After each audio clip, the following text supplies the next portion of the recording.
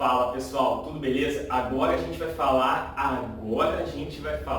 do que é mais importante para as suas provas especificamente, transformadores. Se tem um negócio que cai de eletromagnetismo na sua prova, no nível do que a gente vai fazer nesse momento, é essa galera aqui. Se liga para a gente entender como é que a lógica funciona.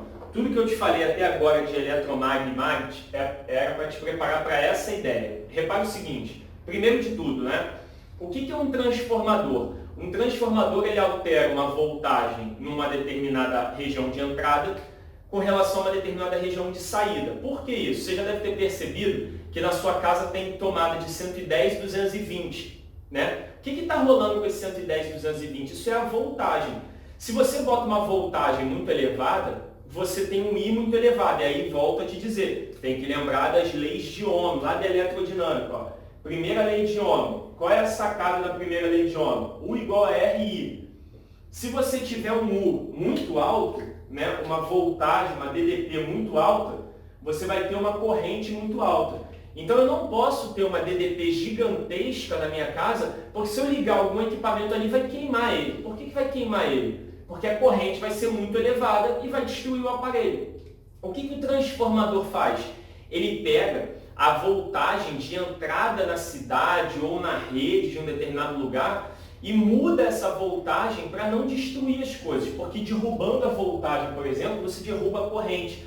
Sabe onde tem transformadores? Sabe aqueles postes que tem uma caixa grandona em cima, que vira e mexe, aquele negócio explode, pega fogo, não sei o quê? Aquilo é um transformador.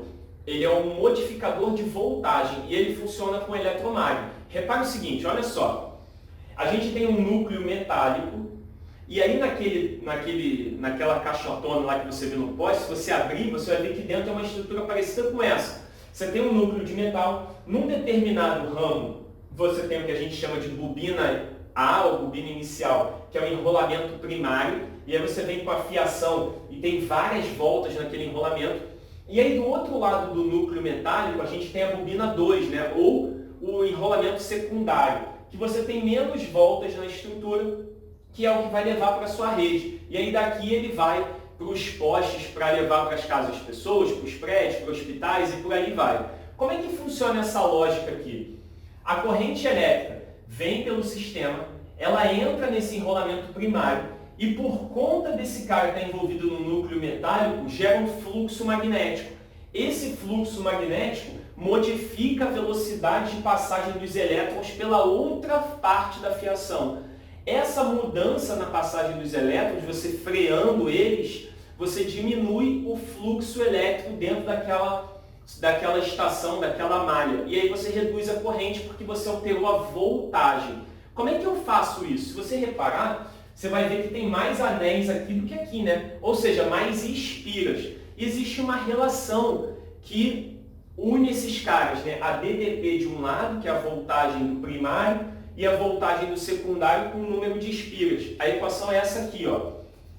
A DDP do primário dividido pela DDP do secundário é igual ao número de espiras do primário sobre o número de espiras do secundário. Então, você tem aí a nossa equação que relaciona os elementos para um transformador, né? Então, ó, a DDP no enrolamento primário dividido pela DDP no enrolamento secundário é igual à razão, né, a divisão entre o número de espiras do enrolamento primário e o número de espiras do secundário. Ah, Dani, eu não entendi o que é esse negócio de número de espiras.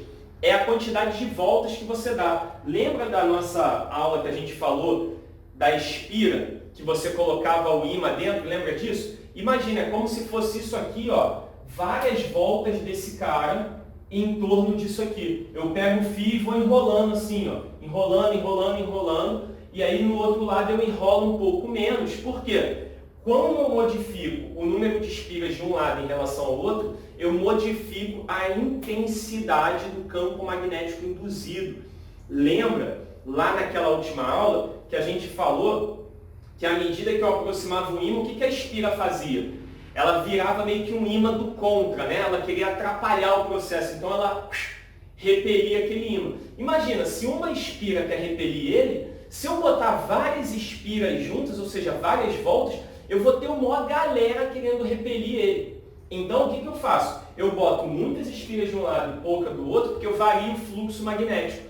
Variando o fluxo magnético, eu mudo a voltagem, né? Então, aqui eu tenho uma DDP1 e um número de espiras 1. E aqui eu tenho uma DDP2 e um número de espiras 2. Beleza? Então, o transformador ele serve para alterar a voltagem de entrada com relação à voltagem de saída. Então, a gente tem que se ligar nisso. Ó. Aqui é a região de entrada. E lá do outro lado é a minha região de saída, né? Então, a entrada e a saída do meu sistema. Se tem uma coisa que a sua prova gosta de cobrar, é isso aqui, tá? Agora, uma sacada para um mundo ideal, né? Imagina um transformador perfeito. Um transformador perfeito seria um cara que iria levar a toda a potência de um lado para o outro. Ou seja, ele transformaria a potência de maneira integral. Então, ó, num sistema ideal, eu poderia dizer que a potência em 1 seria igual à potência em 2. Ou seja, toda a potência gerada no lado primário vai ser transferida para o lado secundário. Como é que eu faço isso? Né? Você precisa lembrar da eletrodinâmica de novo. Lembra das equações da potência? Se você lembrar das equações da potência, você vai lembrar que tinha o P igual a RI quadrado, você tinha o P igual a U ao quadrado sobre R, e você tinha também o π, né? Que é corrente vezes a DDP. Então aqui é isso que eu vou fazer. Ó. A corrente no primário vezes a DDP do primário é igual a corrente no secundário vezes a DDP no secundário.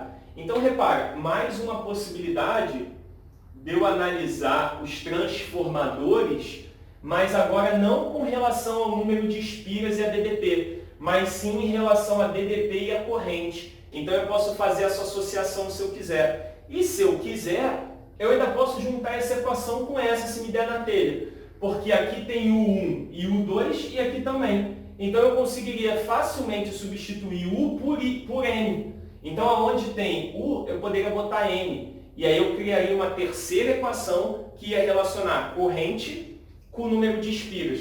Então é uma possibilidade muito grande da gente mexer aqui dentro. A gente vai fazer junto alguns exercícios de transformadores para você ver como é que fica a aplicação desse negócio, tá bom? Não descola daí não. Um grande abraço para vocês. Tchau, tchau.